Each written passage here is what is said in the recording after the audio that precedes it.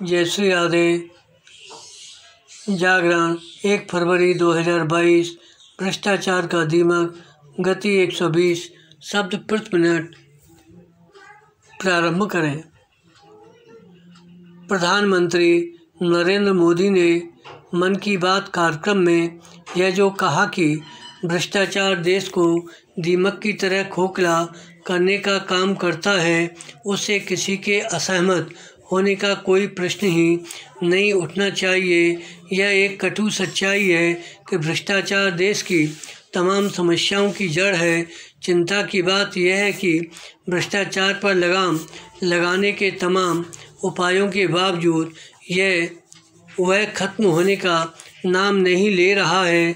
आए दिन ऐसी खबरें सामने आती हैं जिससे पता चलता है कि एक ओर जहां रिश्वतखोरी का सिलसिला कायम है, वहीं दूसरी ओर बड़े पैमाने पर टैक्स की चोरी भी हो रही है।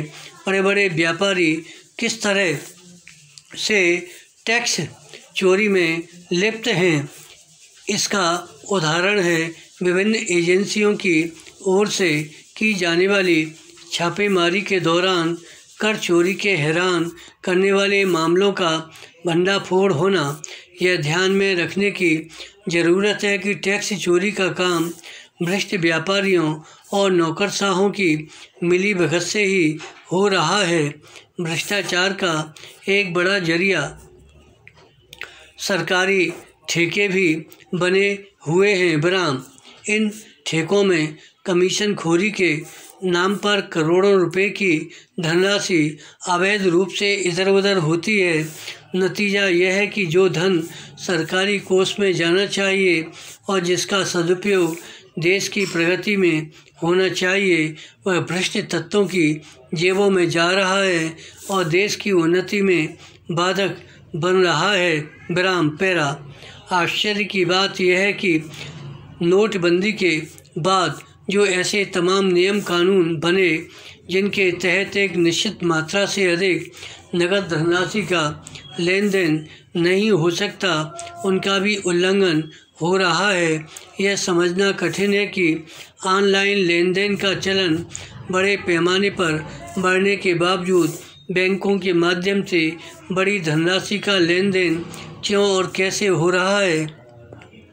स्पष्ट है कि सरकार को नकदी के लेन देन को रोकने के लिए बनाए गए नियम कानूनों पर नए सिरे से विचार करने और इस क्रम में उन छिद्रों को बंद करने की आवश्यकता है जिनका इस्तेमाल भ्रष्ट तत्व लोग कर रहे हैं। बराम समस्या केवल आर्थिक भ्रष्टाचार की ही नहीं है। बराम समस्या नैतिक कदाचार की भी है। हमारे राजनेता चाहे जैसे दावे क्यों न करें, सच यह है कि एक बड़ी संख्या में नेता ऐसे हैं जो आर्थिक भ्रष्टाचार में लिप्त हैं और नैतिक कदाचार में भी। औसत राजनेता समाज में एकजुटता को बल देने के बजाय विभाजनकारी तौर तरीकों को अपना रहे हैं। धन्यवाद।